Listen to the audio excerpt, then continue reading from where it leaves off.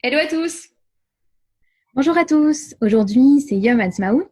Yom Ha'atzmaut, c'est le jour de l'État d'indépendance d'Israël, c'est un jour de joie. Et d'habitude en Israël, quand c'est pas le confinement, les gens organisent des barbecues dans leur jardin et c'est une grande grande fête. Malheureusement cette année, c'est pas possible de la célébrer comme ça.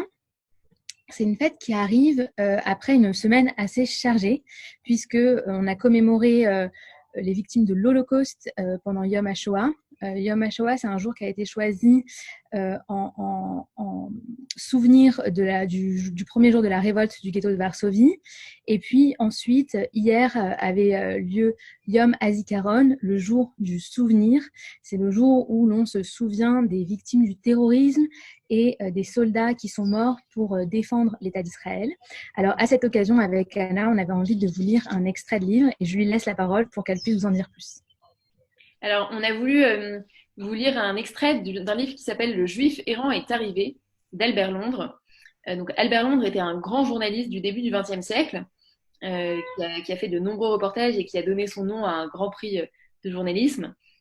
Et en 1929, il a entrepris un grand reportage justement sur ce qu'il a appelé le problème juif ou la question juive. Et en fait, il est allé à la fois en Europe de l'Est dans ce qui était à l'époque la Palestine mandataire pour mieux comprendre le mode de vie des Juifs et les difficultés qu'ils traversaient et leurs problématiques, leur envie de créer un État, etc. Et il décrit ses impressions à chacune des étapes de son voyage. C'est absolument fascinant. Et notamment, tout à la fin, donc justement quand il est en Palestine mandataire, il décrit les très fortes impressions que lui font Tel Aviv et Jérusalem. Et là, on va vous lire un extrait qui parle de Tel Aviv plus particulièrement. Et on voit à quel point il est surpris et presque émerveillé de voir cette ville sortie d'un peu nulle part et de voir ces juifs si différents des juifs opprimés qu'il a laissés en Europe quelques semaines auparavant. Et de voir cette espèce de renouveau et cette énergie si particulière qui était celle de Tel Aviv à ce moment-là, et d'ailleurs qu'on retrouve encore un petit peu dans une moindre mesure peut-être aujourd'hui. Voilà, donc c'est un extrait qu'on apprécie beaucoup et on va vous le dire. Tel Aviv, avenue Herzl, boulevard Edmond Rothschild, rue Max Nordau. D'abord, vous avez pensé que Tel Aviv, si jeune, ne pouvait être qu'un noyau de maisons, une petite cité dont un regard suffirait aisément pour faire le tour. La surprise gagne peu à peu votre esprit.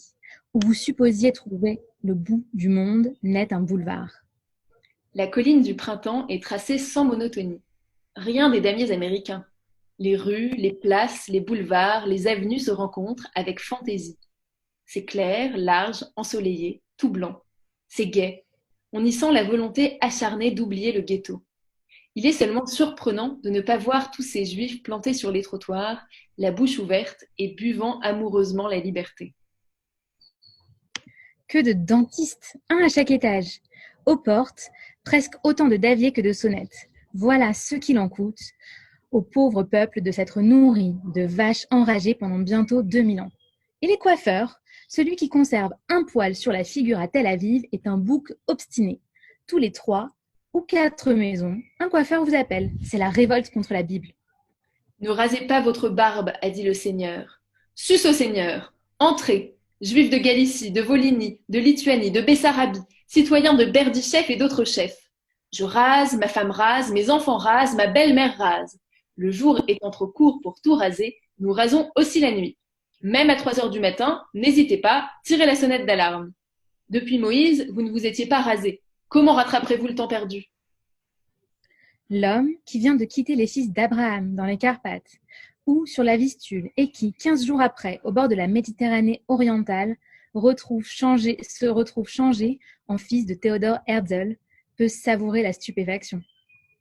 Un juif a fait un rêve un jour.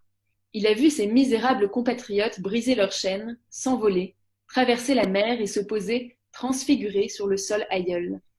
D'esclaves qu'ils étaient, ils devenaient libres.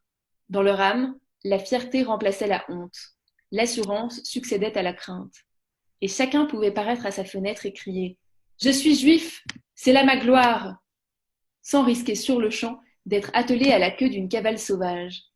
Ouvrez les yeux, le rêve ne se défera pas, il est fixé dans Tel Aviv. Ils ont ressuscité l'hébreu, sorti du tombeau du Talmud. La langue hébraïque longe les rivages de Gaza à Saint-Jean d'Acre, vole du mont Tabor au mont des Oliviers, de Jéricho à Tibériade, et court la plaine de Jezreel. En hébreu, l'enfant appela sa mère.